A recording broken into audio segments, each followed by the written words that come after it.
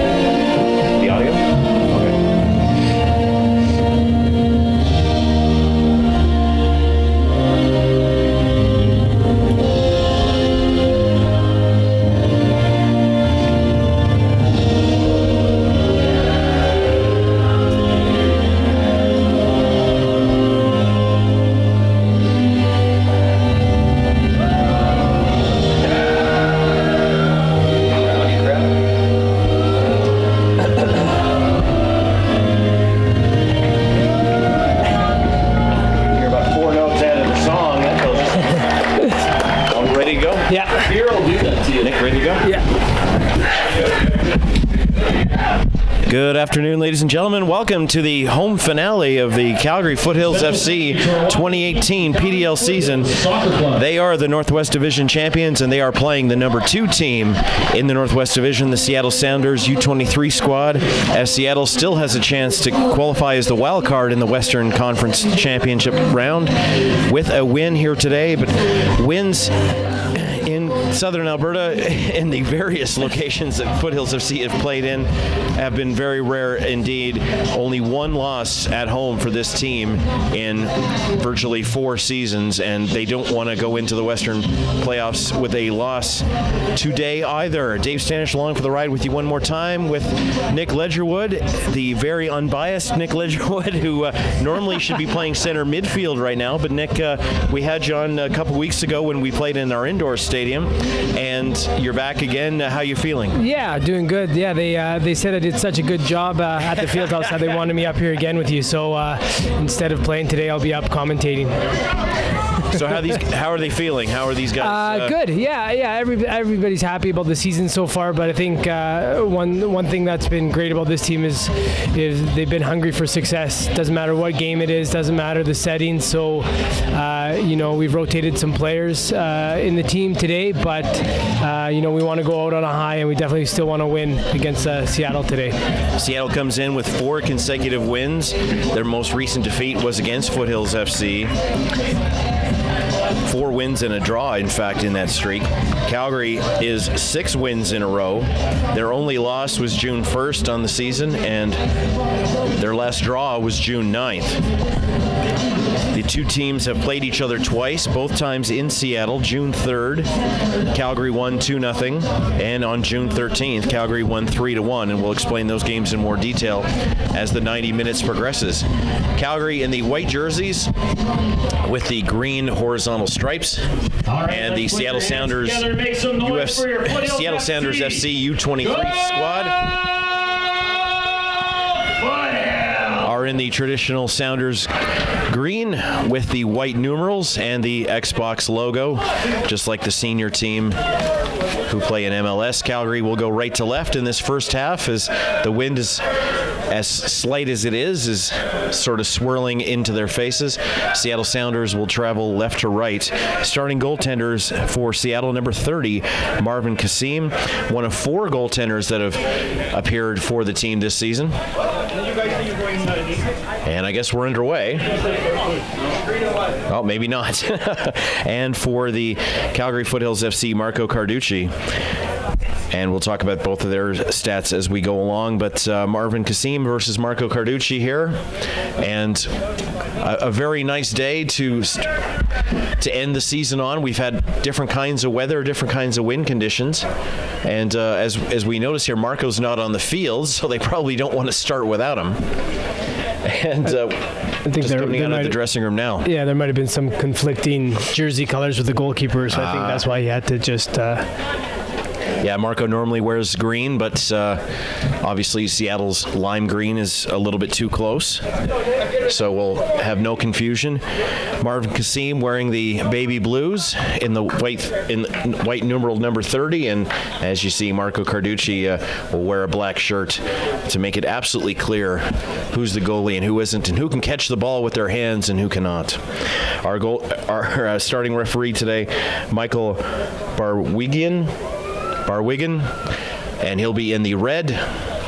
Once again, Calgary in the white, Seattle in the green, and Nick and I in the fluorescent orange. As we get underway here for our season finale at home, the regular season finale, but hopefully not the playoff finale, as we'll describe in more detail in the next 90 minutes.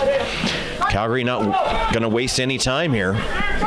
It's going to be 22, Chris Serban, playing the left flank to the near side, over to Adekube, looking to make a move. Serban's first home action here in 2018. Dominic Sator can't find an opening, so he'll drop it off to the goalie. What can you tell me about Chris Serban, 22 in white? Yeah, he came in this season to help us out on both the left back and right back position. He's very versatile. Normally we have Jordan Haynes playing there, but due to injury, Chris will be playing there. He's played, I think, 3 games with us so far, and he hasn't missed a beat out there. So he's looking maybe to earn a starting spot for the playoffs. Yeah, Jordan Haynes not listed among the starting 11 or the backup 7. And our first foul of the day and it'll go in Calgary's favor. First home game in about 3 weeks, so it's been nice. It's been nice to get down here to Okotoks, and I've been missing you guys. You've been on the road for too long. Yeah, so it's been a long away stretch, but I think it's actually good for us. We came back here and the field looked like it's in good condition, so I think everybody's excited to play on it. That one brought in Kendall Burks, number 13, knocked it away. First time the ball was inside a 6-yard box. Calgary with 100% of the possession so far. Yeah, you guys have kind of a weird schedule. 4 home games to start the season, and then like 3 away games in 5 days, and then this long stretch. Yeah, it's a weird schedule through the PDL. I'm not sure who actually finalizes it, but even once we get into the playoffs, it's a Friday game and a Saturday game in the playoffs. So it's not a very optimal schedule for performance, that's for sure. Nico Pasquati, number 12, touched it there for a sec. And we're back to Elijah Atakube, number 14. And the left back is Nick said, Chris Serban with another touch. Carlos Patino in there as well. And that ball will now be touched by Seattle for the first time and the first 2.5 minutes. As we said, Nico Pasquati and Sergio Camargo scored the 2 goals on June 3rd. In that opening matchup. That went off the very high shoulder of the Seattle player, but still legal. Preston Kilwine, number 23, playing the left back position and on the far side of the field for Seattle. This one's going to be crossed through.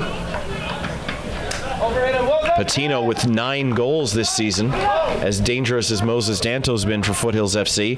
Got a high touch on it, but it rolled out.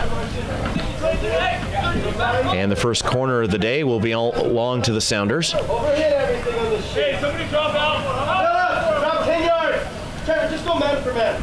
Seattle's coach Darren Sawatsky shouting instructions, and that one headed a couple of times, 2-3 times, and it goes up and over the crossbar, and Marco Carducci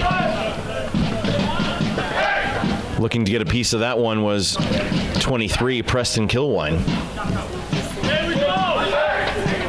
And Calgary will start again.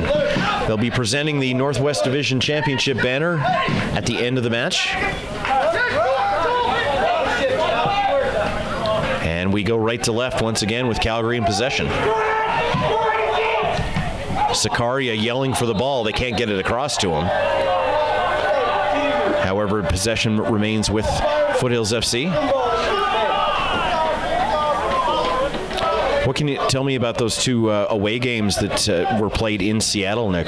Yeah, I think Seattle was definitely better than what the score tells everyone, but we were exceptionally well on the road this season, only losing 1 game to Vancouver. But down in Seattle, they play on a real hard turf. It was a very physical game. There wasn't a lot between the 2 teams, but we definitely took our chances. One with a Nico Pasquati throw-in. That was a long throw-in that I think one of their players actually deflected into their own net. That's how we started off on a good run down there. But this one is going to go across, headed away by Seattle, and the big blast. No luck for Nico Pasquati, number 12. It'll be a goal kick, and we have a player down for Calgary. That wide angle shot was headed away by the Seattle defense, and Pasquati having some difficulty here. And then that 3-1 game in Seattle? Yeah, that was kind of the same thing. We rotated the lineup again just because I was on that long road trip, but did exceptionally well. Sergio Ajij, I think that was Ajij's first game back after an injury, and he slotted home 2 goals, so he had something to prove there and did great for us there. He's done great since coming back off his injury as well. Ajij Sakaria, number 10. Keep an eye out for him. He is out there right now. Seattle with everything to play for, as we said, a win, and they still have a chance at a Western wild card. Anything less than a win, and they are done. So they want to put it all out here. They can sleep on the plane home. No reason to put out less than a full effort for these 90 minutes. And that one gets deflected away, and we'll roll to out of bounds, and Marco Carducci will start us again.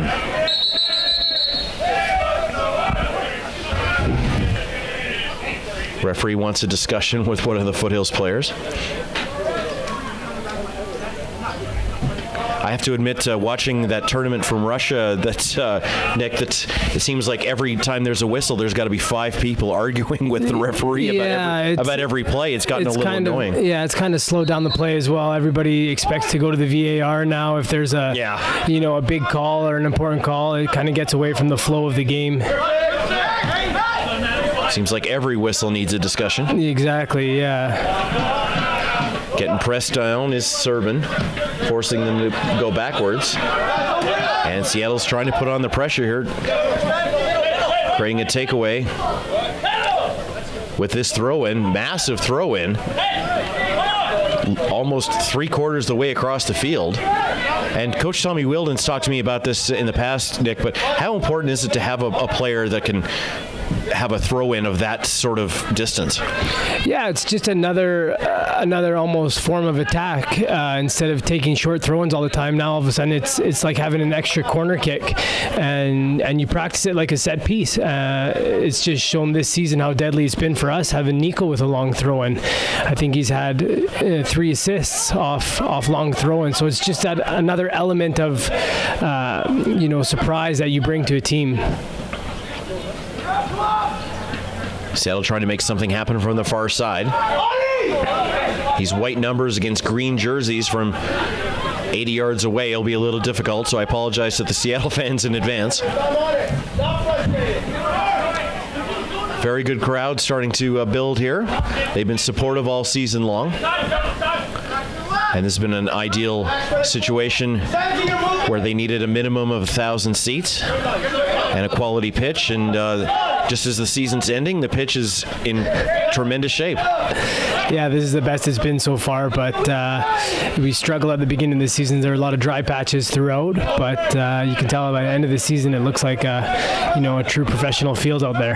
Well, if you guys can win that Western Final Four next week, then in 2 weeks, the PDL semifinal could be in this field. No pressure, by the way. Yeah, that'd be fantastic to host a semifinal here in Okotoks. I think you could rally, even more fans out to help support. That one long for Pasquati, making sure that his arms are as far away from the ball as possible. And they'll send it back to the defense. Carducci under pressure immediately sends it away. And Seattle slowly but surely here trying to maintain the possession and force Calgary to go backwards or go forwards as slowly as possible. They seem to be anticipating every long ball and getting heads in there, which is very, very high skilled.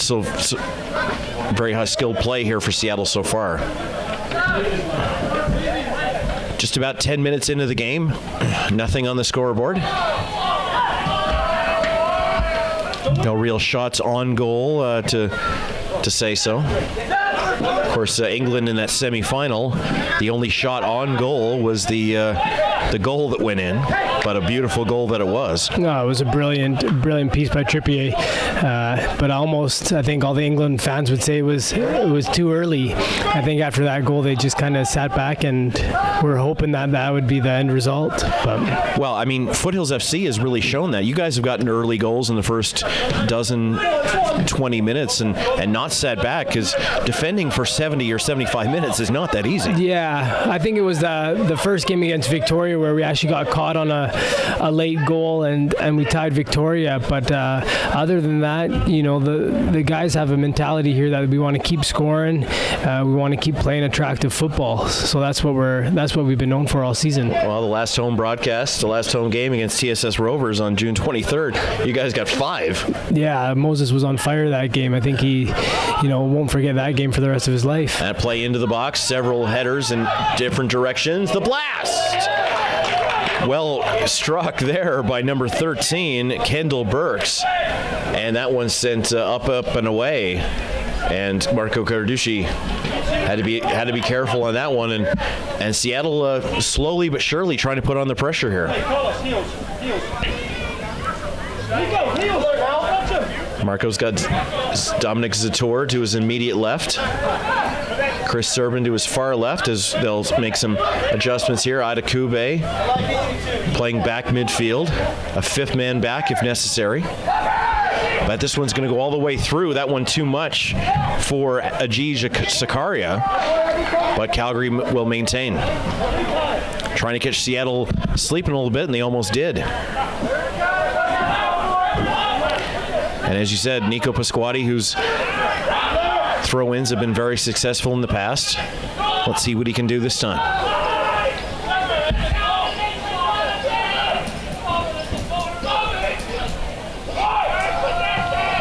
Little tap.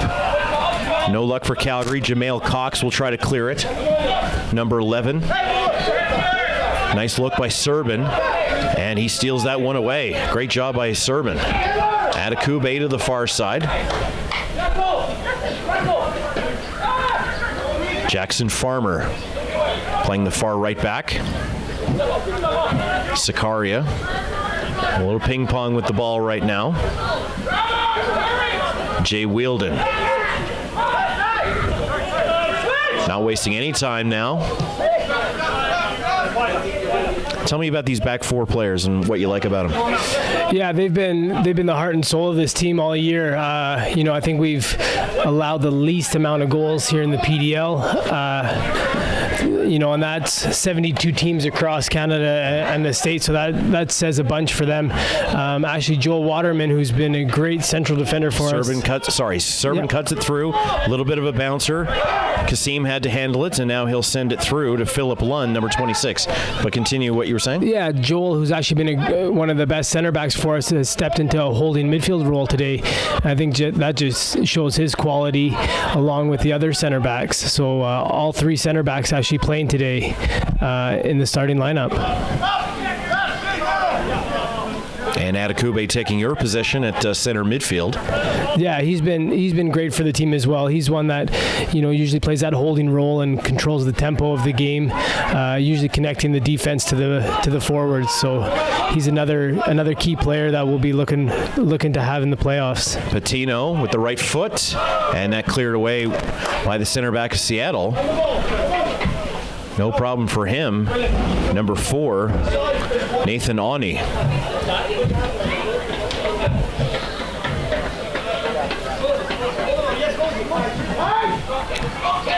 Throw into Moses Danto, his first touch of the game.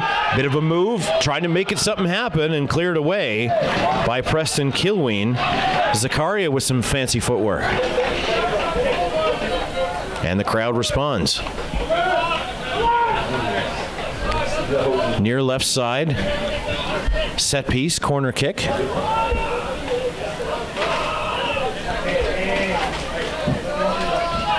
Right in front of the supporters group, the foot soldiers. Seattle had the majority of the coverage there for the kick brought in, and they clear it without much difficulty. Could be a 3-on-2 here for Seattle. Carducci forced to run for it and send it all the way in the other direction.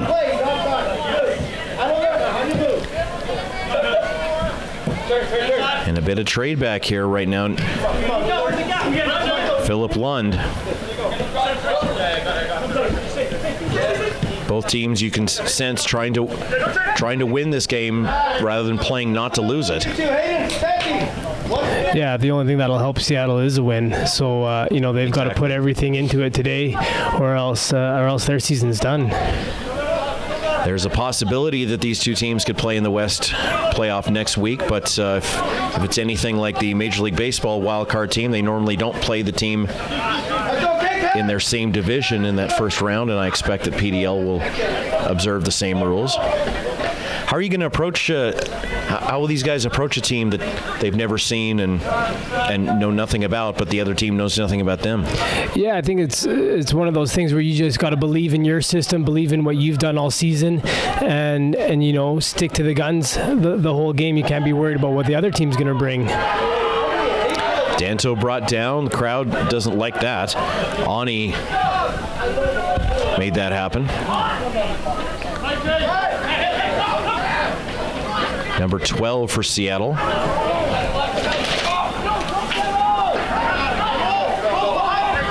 Who we do not have listed, so we'll get that for you.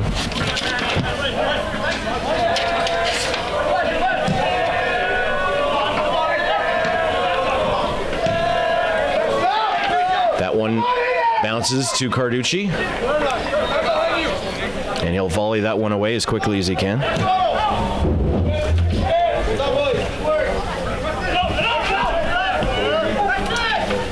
No score, 17 minutes into the matchup. Bringing it down, Criollo, 16.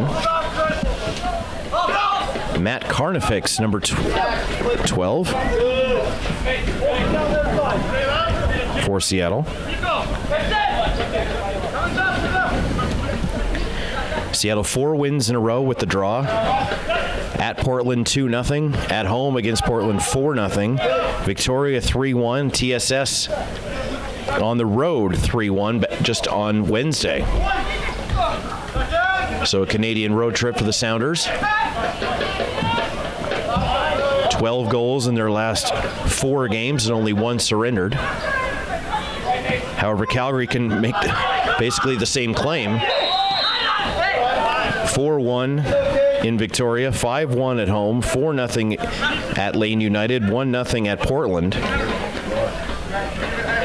So 14-2 in their last 4 games. So these two teams have scored a lot of goals and haven't given many up. Tommy Wilden Jr., the coach for Foothills FC. Their bench is to our right, and Seattle's bench is to our left. And listener discretion is advised based on what the coaches may want to say to the referees or to their respective players. Trying to make a move was Nathan Ani, and getting called with Jackson Farmer, number 5. And once again, Seattle wastes no time. Cutting it across, and that'll be a goal kick for Marco Carducci. What have you seen here in the first 20 minutes, Nick? I think it's been fairly equal with both teams trying to grasp the possession of the game. Maybe Foothills with a few longer balls over the top, just trying to stretch the game in the early minutes. But I'm impressed with what Seattle's brought today. They obviously want to prove something here. It almost seemed like it was the different games when we were playing them down in Seattle. They didn't look as organized or as direct as they are today. I was doing some math this week, and it's more or less handball against Serban. It's more or less it's a 5-way. If you remove the Foothills FC games from the other 5 teams of the Northwest Division, it's basically a 5-way tie. Take Foothills out, and it's the most competitive division. Exactly. In soccer. Yeah, we've kind of ran away with it this year. Yeah. But I think overall, that was the biggest thing in our division. Everybody was taking points off every other team except for us. Exactly. Yeah. And fortunately, Seattle has an opportunity, as we said, with a win here. This is not just a meaningless game at the end of the season for both teams. And as we said, they came up with that huge win in Vancouver at Swangard, 3-0 on Wednesday, to make this game all that more important. Because it's a long winter. Yeah, it is. It's a short season, and you wanna try to drag it out as long as you can in the playoffs. And Carducci snags that throw in. Look to make an early move. Of course, next weekend will be the round of 16, more or less, for USL PDL teams. Go to USL PDL to get the entire schedule and as to who plays who when. And as we said, the Western Conference will be decided in 2 semis and a final on the same weekend. And then the PDL Final Four will be 2 separate weekends. As we said, Calgary could host the PDL semifinal if they win the Western Championship next week, and they have more points than the team that they would be playing against has. So a lot of numbers to crunch, but of course the scoreboard is all that matters, and right now it's 0-0. Moses Danto trying to outrun his man, and nicely knocked away. Kendall Burks has looked very good so far in that center back position for Seattle. Second corner for Calgary. Carlos Patino.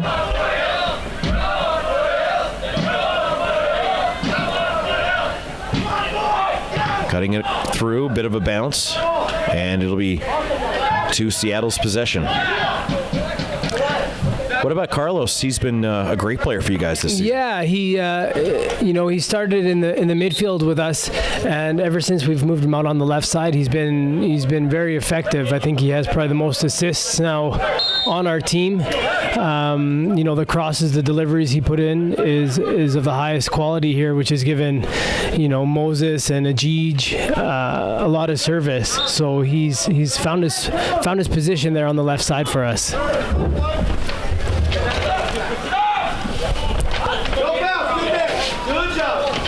Looks like Waterman down with a bit of a... That looks actually Serban. Calgary tries to slow it down until the referee blows the whistle. On the sub bench for Foothills today, 2 Dean Northover, 11 Ali Musi, 13 Mamadi Kamara, 15 Mitch Pirro, 16 Sergio Camargo, 17 Tofa Fakunle, and 21 Ben Press. For Seattle, number 1 Ben Willis, number 8 Leroy Magarashi, number 9 Nicholas Brodacki, 15 Yoshi Chaffin, 18 Eddie Na, 27 Ozzy Ramos.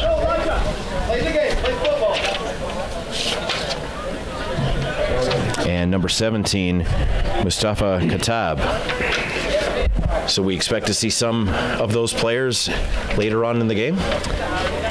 Yeah, I think Calgary will look to make a couple subs later on, especially if this game keeps going the way it is. There's definitely quality that we have on our bench. We've been rotating players all year and still getting results, so I can't see why we wouldn't for the last home game here.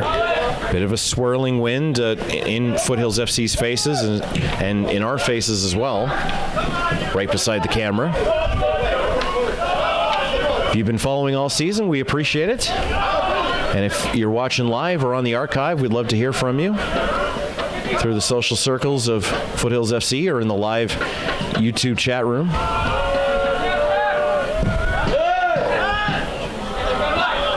The wind definitely catches that one. And a bit of trade back. Seattle trying to make something happen right to left. Santiago Patino, no luck. More than halfway through the half here, 24 minutes gone. Bit of a volley up, and another. High foot, and a slow roller to Carducci. Now the wind really playing a factor now just in the last 3 to 4 minutes. Not a bad idea maybe for Foothills to have taken the field in the second half so they can possibly have the wind advantage in the second half. Yeah, if we can hold on here in the first half, and if wind is a factor, then that definitely helps you out in the second half when your legs start to go. Atakube, Jackson Farmer.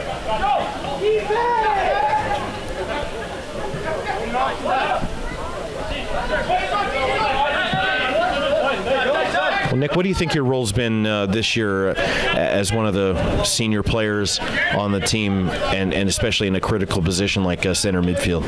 Yeah, I think it's just helping a lot of these young professionals, maybe see what it takes to make it to the next level. I think especially with CPL coming in next year, you have a group of hungry players wanting to make it to the next step or wanting to make it to the next level. There's been a lot of players who've who've asked how it was in Europe, what the training's like in Europe, little stories and tendencies of players over there, and what it's going to take for them to, at the end of the day, get a professional contract here in Calgary. Of course, Tommy Wilden Jr. will step away from Foothills FC and to take over the Cavalry FC in the Canadian Premier League, who finalized their 6th franchise this past week in Hamilton. The Valor. Excuse me, that's Winnipeg. Hamilton has their own team as well. Expecting a team in the lower mainland of BC or Fraser Valley, and of course, hopefully the Ottawa Fury will be part of it as well. Yeah, it'd be nice to see Ottawa. They have a roster full of Canadians that are playing in the USL, so it'd be nice to get them switched over and play in the Canadian Professional League next year. Well, the Calvary's here, but you used to play for FC Edmonton. Is there going to be a bidding war for your services next season, Nick? Or I'm not sure. I think my heart's already set in Calgary, so I don't think there's too much of an argument there. So, I like it here. I've had great talks with Tommy Wilden about the professional team and everything that the potential has here in Calgary, and so my heart's pretty much sold already. So I don't know if FC Edmonton could outbid that.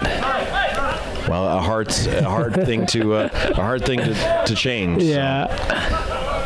So Halifax couldn't offer you a big enough contract then? Actually, I've heard great things about Halifax. Yeah, I have too. Yeah. I think it'll be one of the better cities to play for in the CPL. Their stadium, I think, is right downtown. I think they have a great soccer history in Halifax, and it seems like they're going to support that team no matter what. And perhaps the Wanderers and whatever stadium they play in the east coast of Canada could possibly lead to the 10th Canadian Football League team, which means that there'd be no odd numbers of games. Hayden Carrillo having a bit of difficulty there, but maybe his left shin's giving him some trouble. You were saying? Yeah, it'd be definitely exciting to get teams all the way across Canada for the CPL. If we can get 8 teams going for the start on next year, that puts together a good little schedule for the opening season. And I think the Calgary and Edmonton have a long series of games that could create a lot of fun. Oh, that rivalry is going to be great. I think that's what builds any sports. If you can throwing across 26, trying to make a play and knocked away smartly, Philip Lund, and another Calgary Foothills FC player down. Did you see how that happened there? No, Joel Waterman's down on the ground. I don't think he's holding his head though. Yeah, a lot of as the training staff will come in, a lot of not, let's say, body contact, but just a lot of movement inside the 18-yard box there. Yeah, I don't know if that's when he went down to block the shot or if there was a little bit of contact there in the box. Meanwhile, the Seattle player we talked about a moment ago is still having difficulty with his shin. Of course, you can hit the rewind button on YouTube Live and see exactly what did happen on that play. And if you miss any part of the game, you can start at the beginning or fast forward the archive to whatever you'd like to see. Yeah, and unfortunately here the VAR studio's down at Okotoks, so we won't be able to go back and have a look at that. What have you thought of that? Yeah, I think you can argue it both ways. I think it helps with the big decisions in games that could maybe switch the games one way or another, but I think it's almost getting asked for too much. Players are starting to ask for the VAR on every small decision, on every small call. I think there still has to be aspects of the game where the ref controls the game, and it's just human nature. What he sees, he calls. But I do agree with the goal line technology for sure. Oh, goal line technology, absolutely. Yeah. I mean, if you ever watch a tennis match, like they can tell by a millimeter if it's in or not, which is excellent. So yeah, I think anything, if a penalty is rewarded or a red card, I don't mind it going to VAR to have the right decision made, but I don't think it should be asked for on every little call. Or else the games will take 110 minutes. It loses rhythm, it loses flow, and that's what's enjoyable about soccer. There's no breakages, there's no timeouts. I think that's what football's all about. Waterman coming off the field. We'll see if it's more than temporary. And again, Philip Lund, 26, still struggling with his issue, but he's still out on the field. Nothing official has been given to the fourth official in terms of substitutions. And Waterman officially re-enters the game, and it's still 11 versus 11. The original 11 versus 11. That one high and up, cleared away, only for the moment. Seattle trying to make something happen here. Nice send out by Serban. 7 and 11 working together, Patino and Cox. Patino with, I said, 9 goals on the season, Cox with 3. Definitely looking dangerous. Yeah, Patino's easily their most dangerous player out there. He's a big bulldog of a player, but he has quality to him. 32 minutes into the game, no score. A little too early for Seattle. And Seattle has been stripped of possession here, and the referee awards it to Calgary.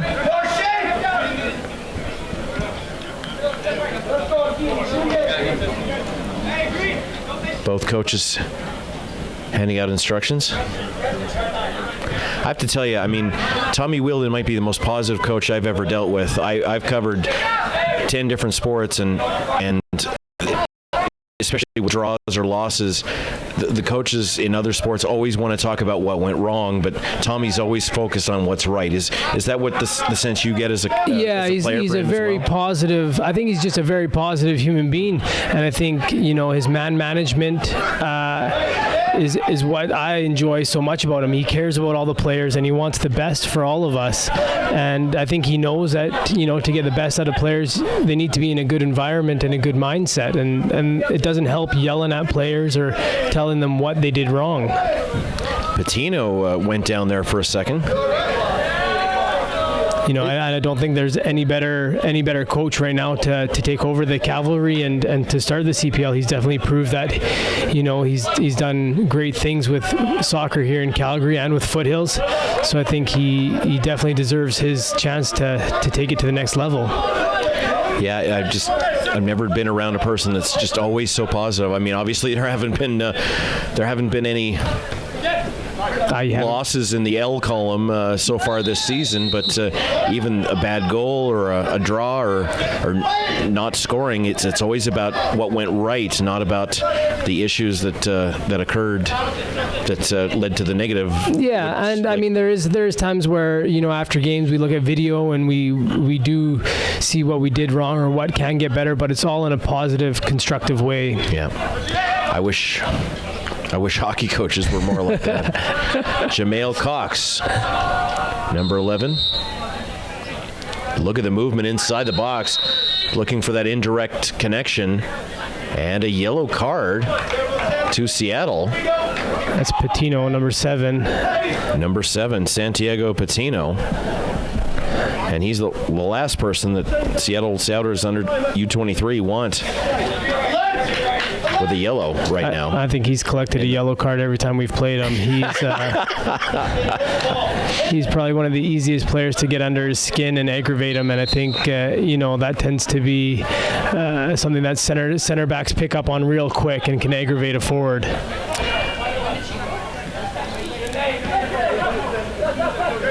Big kick trying to get the ball around and away from Moses Danto there for Ani. We've officially hit the 35-minute mark, as the buzzer always likes to tell us. Cox sending it through. Nice read there for Atakube. Trying to chase it from behind.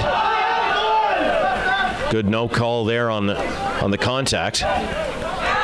Trevor Jensen wanted something. He didn't get it.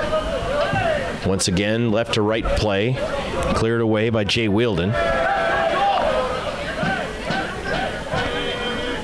This is Trevor Jensen, number 5, over the head of the intended receiver. And it'll roll out for a goal kick at the far right side, camera side. Here in Okotoks. Well, Seattle does make the playoffs, and they play a different team, and that team is watching this game. Get under Patino's skin. You might be able to draw an early yellow against him. Bit of contact there. Atakube's been all over the place here, Nick. Yeah, he's been great for us. He's making big key tackles in midfield to disrupt Seattle's play, but he's also been, delivering some great balls out wide to join in with the attack.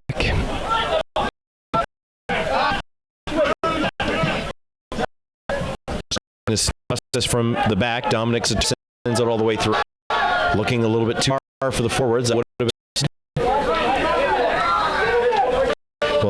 been of halftime. When we turn the mics back on, trying to make a play now is Criollo, and knocked away. And it'll be a corner for Seattle.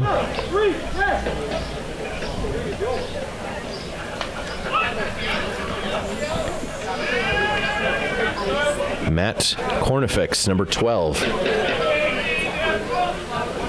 Carnifex.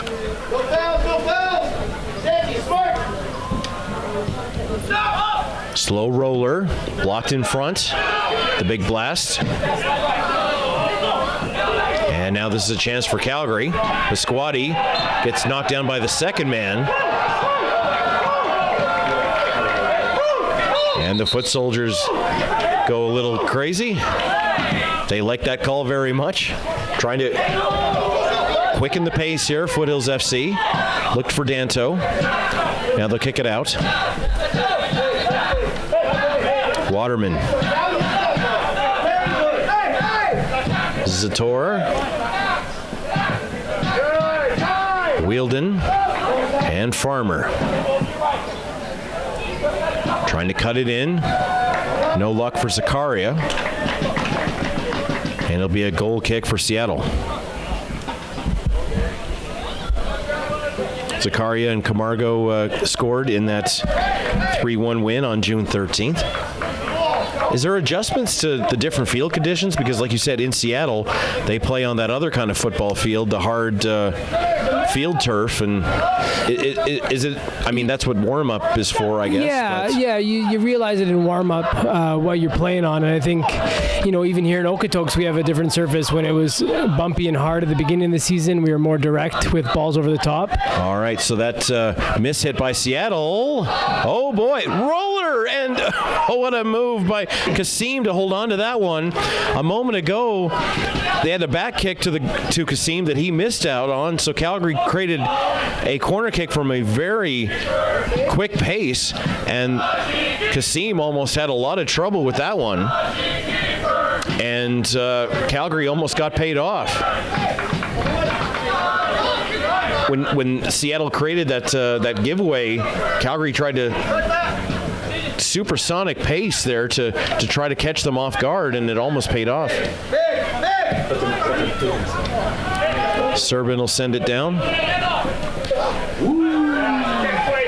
Yes, even the pros can make misses like that. Don't feel bad, kids. It happens to everybody. Zakaria, bit of a heel kick. Atakube looks to his right. Jackson Farmer, what can he set up? All the way across. Kendall Burks almost put that one in his own net. And the foot soldiers are ragging on these Seattle players, trying to knock them off their game, and that's what supporters groups are all about. Especially when the opposition goalie is in their zone. Seattle really wants to calm this down, but once again, it's Elijah Atakube. Calgary really trying to push the pace here, Nick. Yeah, I mean, the last five minutes and a half, we need to create something. We need to be a little bit more direct going forward. But I think the thing that's both teams have struggled with is that little bit of quality, that last pass that they've missed out on, and most of the plays just been in midfield. Moses Danto pretty well handled so far in the first 40 minutes of this game. No quality chances for him so far.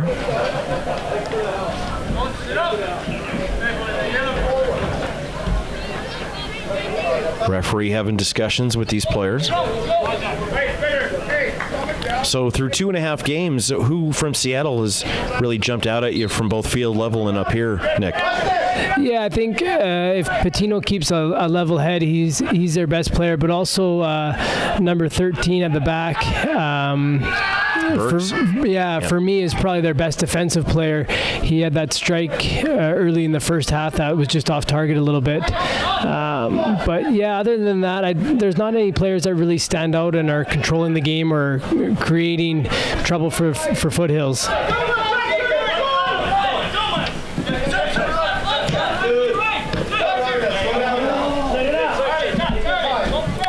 Seattle maintaining possession there. Kendall Burks has looked excellent, as we've said. No score, 42 into the matchup. A lot of movement here. Headed away. Who else? Elijah Adekube takes care of that. And it rolls back out to the center line. Both teams have scored a lot of goals in the last month, but both teams have surrendered very few. So I think a 0-0 scoreline near halftime is probably what we expect. And there's number 7 again, throwing elbows. Patino again, he'll get caught here. I don't think he'll last the full 90 minutes today.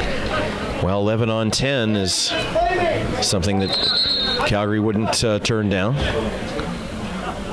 Patino riding that line of how important he is on the offensive side to being one whistle away from having their team be permanently shorthanded for the rest of the game. Of course, everybody with the Sounders trying to impress the big boys in MLS. Carducci left that one quickly, and that's going to be a mistake. Kaz Warren, 28. Well, it's not going to be him with the throw in. We'll let you know when we know about how much extra time will be added. Probably about 2 or 3 minutes. This will be Burks to throw it in on the far right side of the camera angle. And Carducci with another big grab of a throw. Is that sort of a defensive strategy? Let the goalie grab it and hold on? Yeah, I mean, if he sees something right away that we can spring a counterattack, I think Carducci's definitely got it in his locker to release a player like Nico Pasquati up there. But it's all up to him. If he doesn't see it, it's better to hold on and let everybody else push up. So he's sort of the director, he's almost let me take it. Yeah, screaming the instruction. Exactly. You know, he's almost the quarterback. As soon as he gets the balls in his hand, he can pick what play he sees. Exactly. Yeah, unlike that other goaltender sport, the goaltender in this sport can have some offensive point of view, and as you said, if he sees something, he can send it from one end to the other pretty quick. Yeah, he's got a great distribution on him, and he's got a great vision for a goalkeeper. Waterman to Farmer.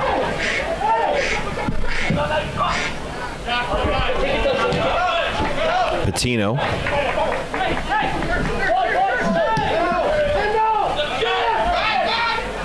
Serban. And a big collision outside the 18-yard box. And it's going to be a call against Seattle. Bit of a 50-50 collision there from up here, but not in the referee's opinion. And from game 1 of the season, Nick, I've noticed that the team is not afraid to send those defensive players right to the front line to see if they can do something, because they can zoom back to the defensive side as quickly as necessary. Yeah, we got playing with 4 at the back, and when Elijah drops into the middle, our fullbacks are able to get forward, and that's exactly what Chris Serban did there on the left side. He made an attacking run, but it just gives us security that the fullbacks can go forward, knowing that we have the players that are going to cover for them. And the confidence that the fullbacks can get back to their regular position as quickly as possible.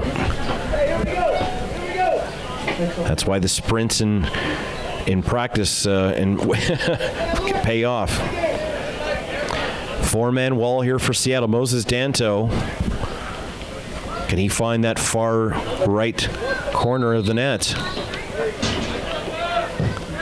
How about the top near corner, but no luck there, and a goal kick. Yeah, it wasn't off by much. He did great to get it over the wall and down again, but just maybe a foot wide left.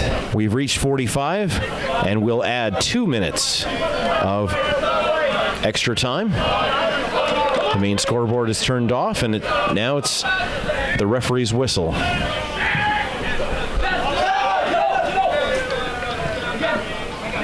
Headed down by Zator. Nico Pasquati, number 12. Quickly surrounded by Green. Kicks it out. And Calgary moving the ball far to near very efficiently right now. That was a quick 2 minutes. That was a very quick 2 minutes. Well, there you go. As I said, it's the referee's whistle that decides it. Calgary 0, Seattle 0. Nick, your 45 thoughts.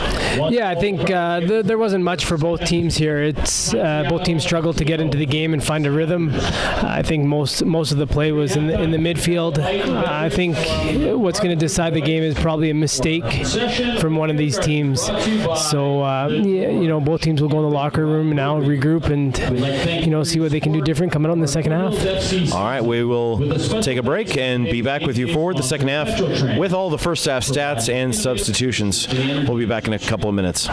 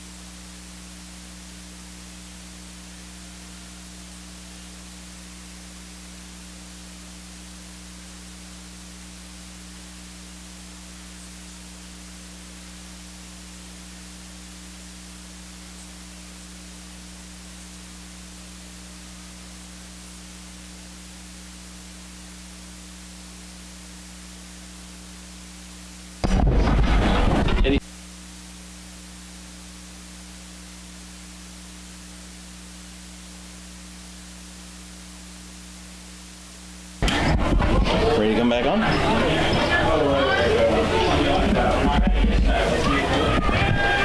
All right, we are back. Second half action about to get underway. Foothills FC and Seattle Sounders U23. Dave Stanish and Nick Ledgerwood with you for the second half.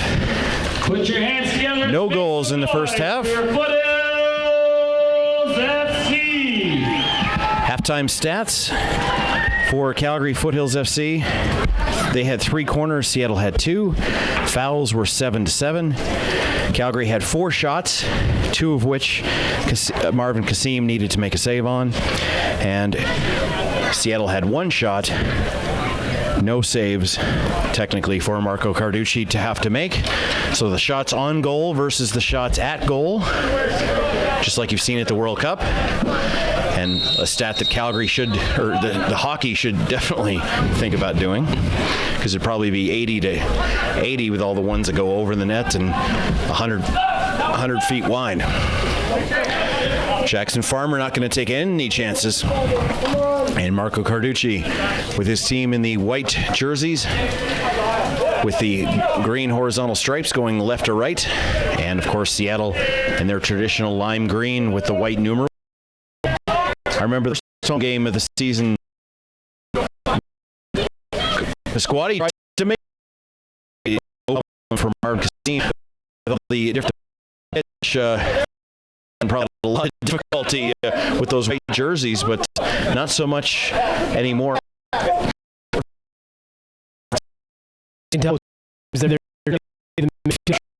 Possession.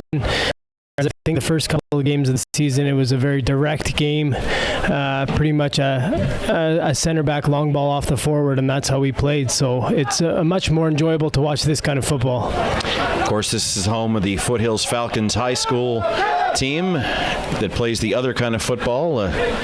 We've seen a couple of field goals here today, but nothing that goes on the soccer scoreboard. Once again, Seattle going right to left. The wind is virtually nil. We hope you watched the paper airplane contest for the $500 gift card from Maritime Travel, and a couple of really impressive throws of people from all ages. So if you can do commentary on paper airplane contests, we certainly could do it there. But another big promotional giveaway here for the sponsors of Foothills FC on the last day of the regular season. Hopefully not the last game of 2018 here at this field, but we'll just have to cross our fingers.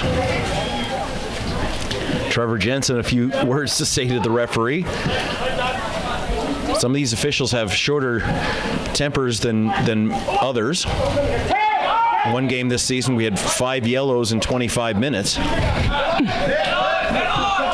Yeah, I think that the head referee today has actually done a very good job keeping the game intact. I think he hasn't made any bad calls yet. Has Warren send it through. What is Calgary going to do? Ooh, that's a red and card. That's going to be a handball in the box. Moses Danto, as once again, Seattle has trouble with going backwards and resetting the play with the goaltender, Marvin Kasim, and a possible goal is better than a guaranteed goal, so why not? Yeah, to be fair, it's a great save from the center back. That was tremendous. Unfortunately, that's his game right there. He's done for the afternoon. Now they're a man down, and Elijah steps up for a penalty. That could be the PDL save of the week. Vote at USL PDL. That did come earlier this season, as Adekube is going to take this PK, but that may very well be a candidate for PDL save of the week. So vote on social media and vote on the PDL website. That might be the only positive Seattle has here in the second half if this one goes in.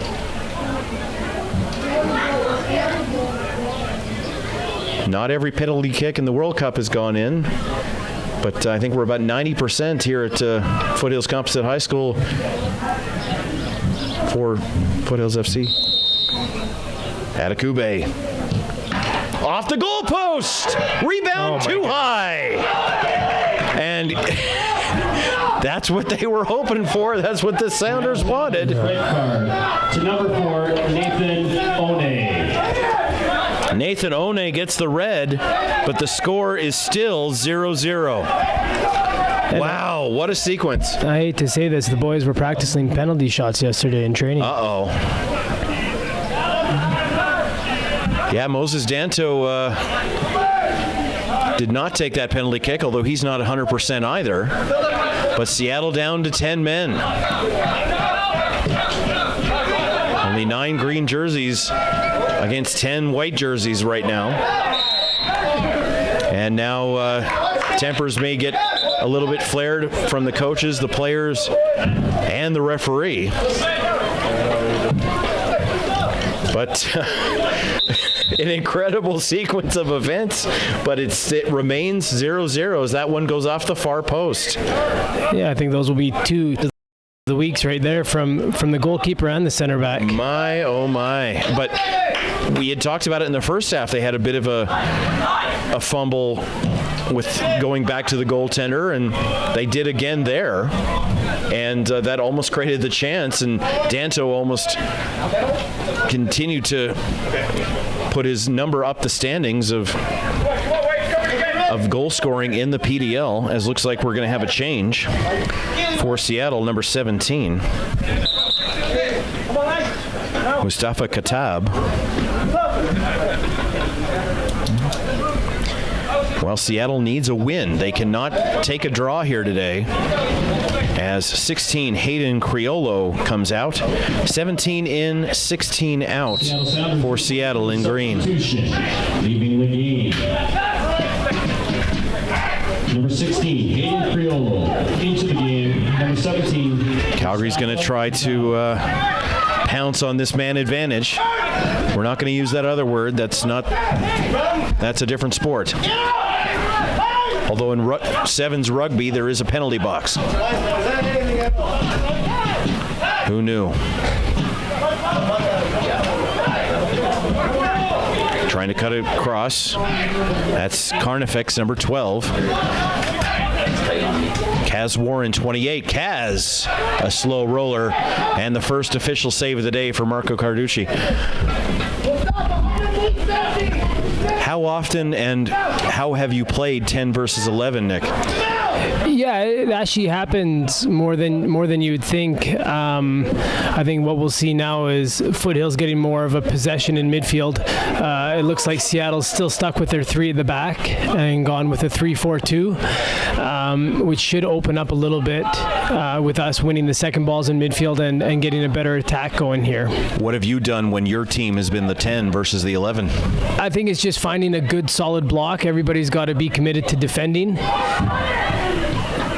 Zator and Danto in there. Yeah, it's all about being hard to break down when you're playing with a man less. You tend just to have 2 blocks of 4 and a high striker that you can play the balls off to and hope that he holds the balls up good for you. Well, we can say now that all 4 corners have been used for corner kicks today. Cutting across for Calgary, and it's in! Moses Dento, number 9, with a quick flick. It finds the far post, and Calgary's up 1 with a division title already in the bag. Danto won a set piece. What else is new? Yeah, and it's a great delivery from Carlos. I think it's spot on. All Mo has to do is redirect it, and he's got a foot of space and done what he's done all year for us. Moses Danto. A goal and a man advantage, but I mean, what really more could Ethan Awney have done? He could try out for the backup goaltender position with any team in North America based on that save. Yeah, I didn't make it as a defender. How about a backup goalie? Let me show you my video. Seattle down a man and down a goal. They're going to need to find at least 2 to continue their PDL season in 2018.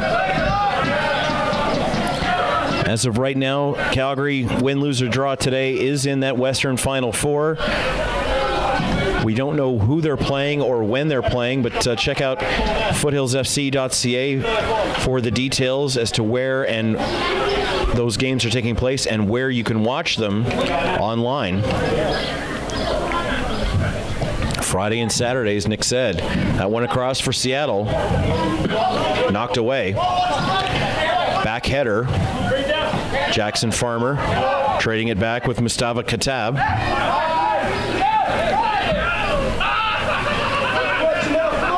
Serban looking good. Someone's laughing. The goaltender passed his 18-yard box here. We've seen a couple of World Cup teams pull their goaltender just like in hockey, and it's been miserable failures, but entertaining for the crowd. I think that was Germany on their way out of the tournament. I believe it was, yeah. Against Japan, I think. Korea. Against Korea. Yeah, that's right. Yeah, that I have. As a lifelong hockey guy, to see them pull a goalie was quite entertaining. But, I mean, World Cups are only once every 4 years, so.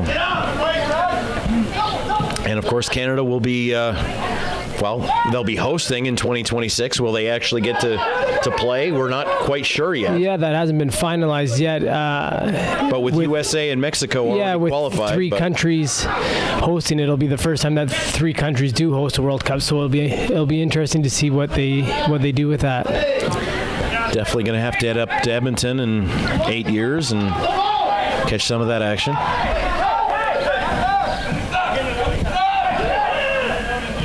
Pace extremely quick here. We'll test Seattle's gas tank and see how long they can last. Trying to find it, like I said, a draw means nothing. And they can sleep on the plane. That one up, and away. A miss hit by Philip Lund, number 26. And the foot soldiers let him know. How important is it to have a group like the Foot Soldiers, a supporters group as a player, especially on the field level? It's what makes the game. If you don't have the supporters or the fans come out and support you, you're just playing in a park pretty much. So it's been great to play out here at Okotoks. All the fans have made it out to support it and made it their home grounds. And all the Foot Soldiers make it a little more rowdier, especially with the beer flowing back there from the George. So I think they're happy and we're happy to have them. Of course, the beer garden's on the left side of the field and the kids section on the opposite side. No coincidence there. Trying to make something happen is Mustafa Katab, along with Carnifex, number 12. Philip Lund. Kilwine with his first touch in a while. And blocked in front. I would say the extra man is as much of a defensive advantage as it is an offensive advantage. Yeah, Seattle's been playing fairly well, a man down. They're playing more direct. They're actually moving. Their movement off the ball is a lot better than it was when they did have even numbers. 58 minutes into the matchup. Seattle's got to find 2 goals in about 32 minutes here. Jameel Cox, number 11. And don't forget that Santiago Patino, their leading scorer, also has a yellow card on his file. So, not to predict doom, but they could be down to 11 versus 9 if they're not careful. Cut across, nobody there except green jerseys. Jackson Farmer playing in the offensive 18. And following Philip Lund.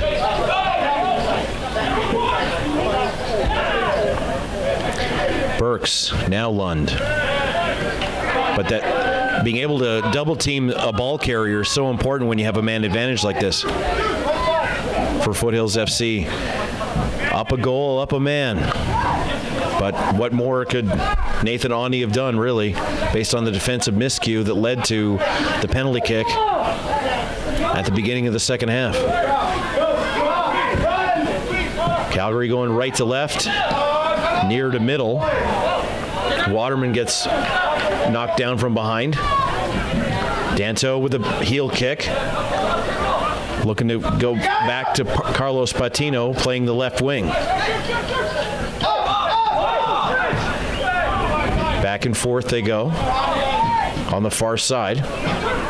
Serban, that one knocked away. And it'll be Patino with a corner kick from the far right with a man advantage. We know what happened last time.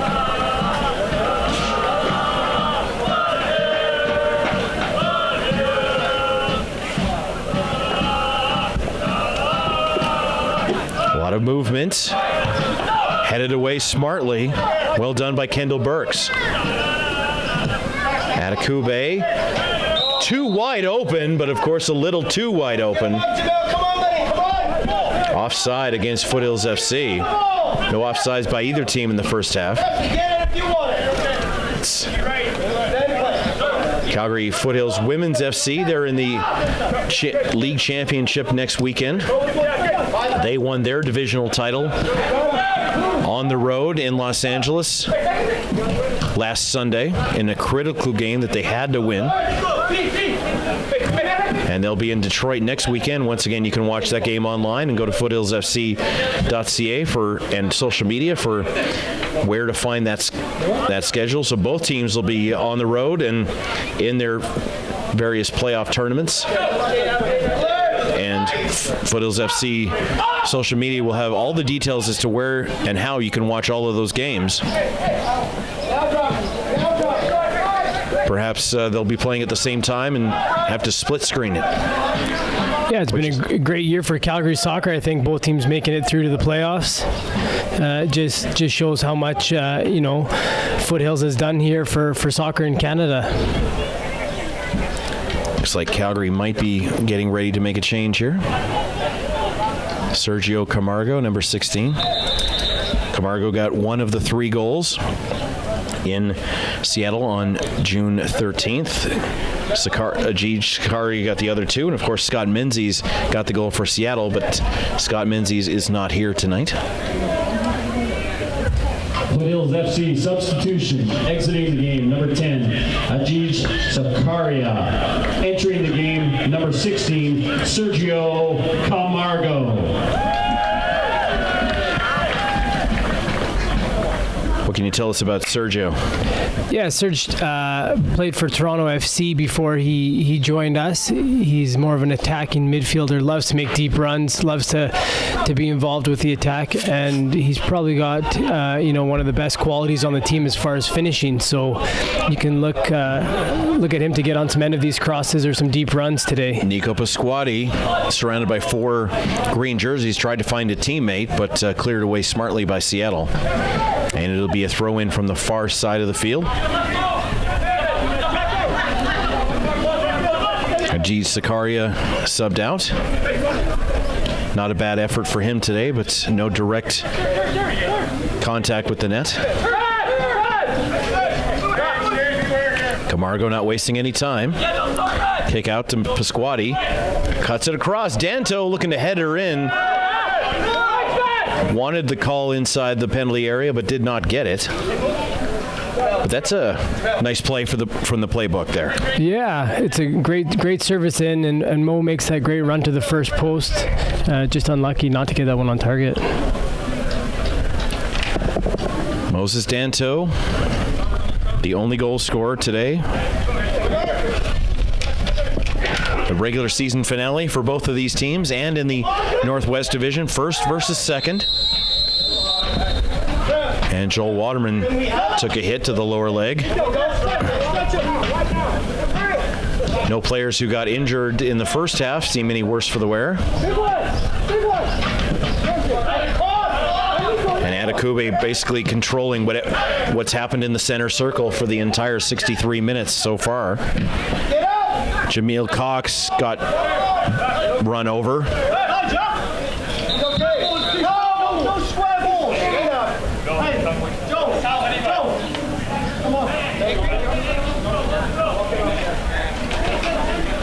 Jameel Cox needing some attention, it looks like.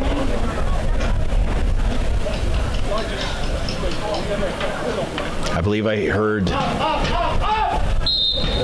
Tommy Wilden say no square balls. I think all the balls are round, but do you know what he meant by that? Yeah, it's just a ball that Elijah played across the midfield. It's a square ball that's easily cut out from the other team. It's going side to side as opposed to a ball on an angle. Just easily cut out in the midfield, and I think that's what Tommy was just referring to Elijah. Just no square balls. Just keep the team better in possession. So always have an angle rather than a parallel opportunity. Yeah, makes sense.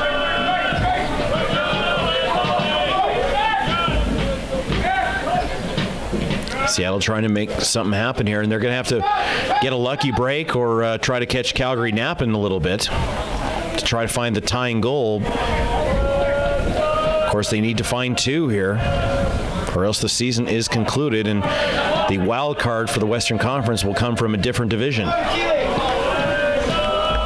Of course, 3 divisions in the Western Conference, so each division winner plus the highest ranked wild card qualify for the Western Final Four next weekend. Bit of a battle at the far side. Seattle ends up winning that race. Philip Lund will kick it out.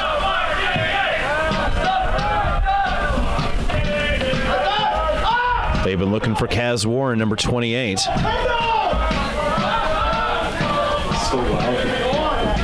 You can hear the foot soldiers singing their songs.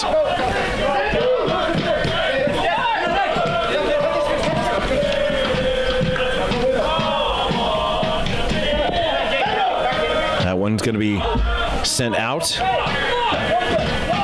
Except for the first 30 or so minutes, we've had virtually no wind, which has been a nice change of pace from the other home games hosted here by Foothills FC in Okotoks.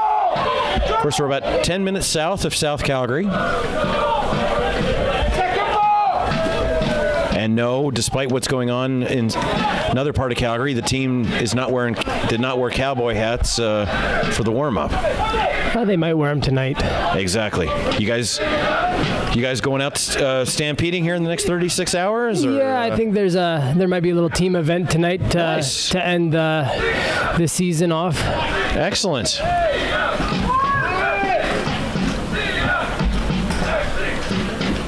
Where'd you go?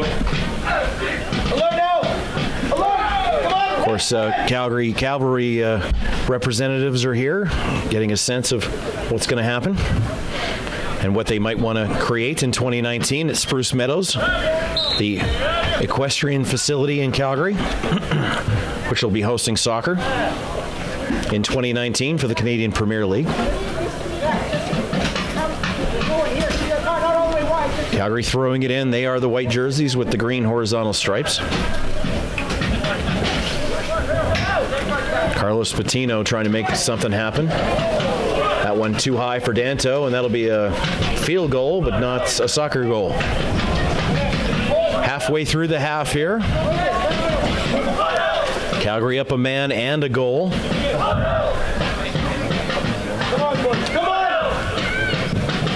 Seattle coach is telling their players not to waste any time here. Mustafa Katab, the lone substitution so far. Along with Lund. That's cut across. Great job. Kaz Warren, 28. Not a square ball that time, and Marco had to be careful. Yeah, it's going to be important that Foothills get that second goal here and kill off the game, or else it'll be a long 25 minutes. Quick chance on the angle for Kaz Warren. A great job by him.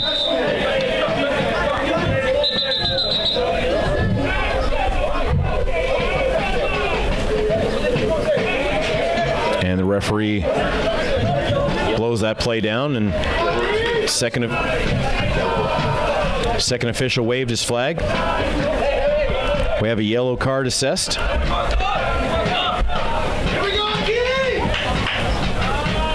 Looks like that's going to be against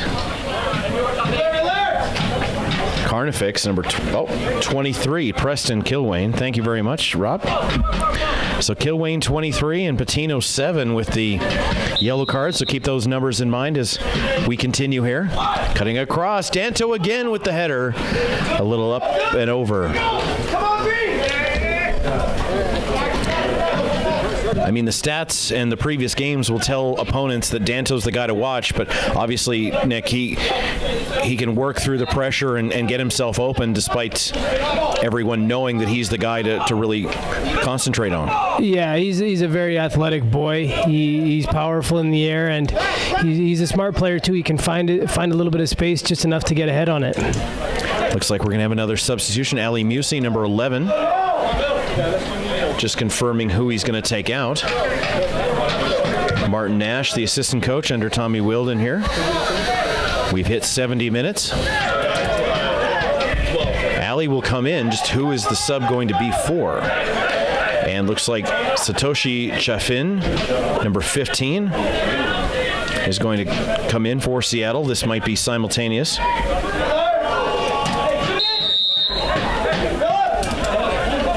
Looks like the referee is going to wait until the next break to bring those players in.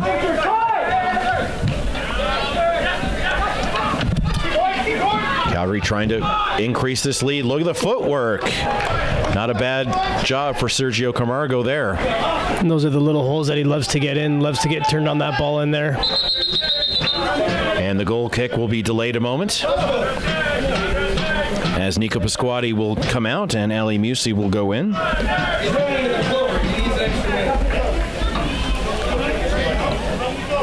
And coming out for Seattle is number 23, Preston Kilwain. So that yellow card. He's a very skilled, quick, left-footed player. Loves to get on the ball. So, hopefully he can prove to the coach that he should be part of the starting 11 here today.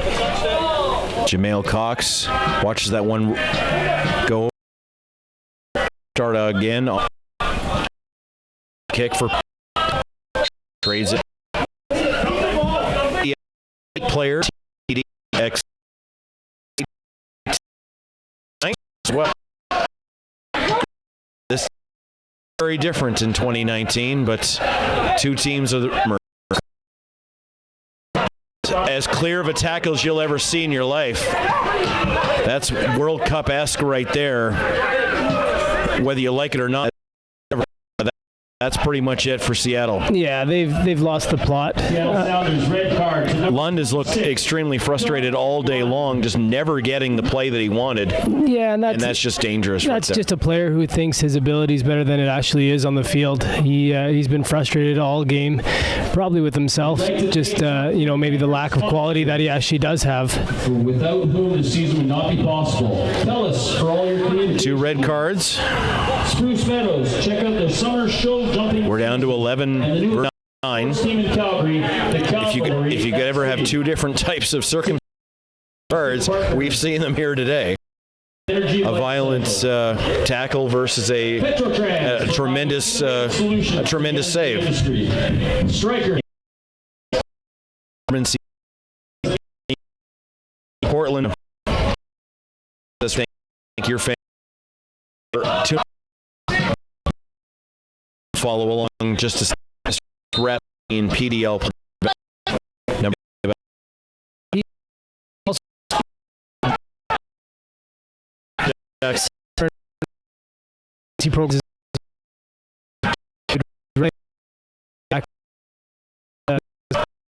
Eddie.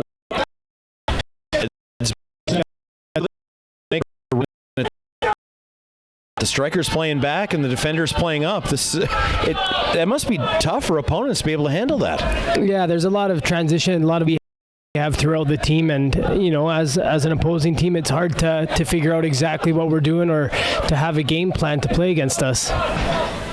Kendall Burks to the midfield.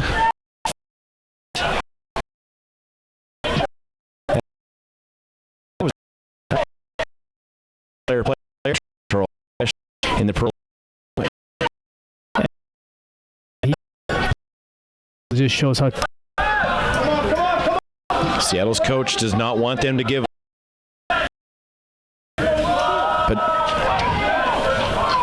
what can Moses do?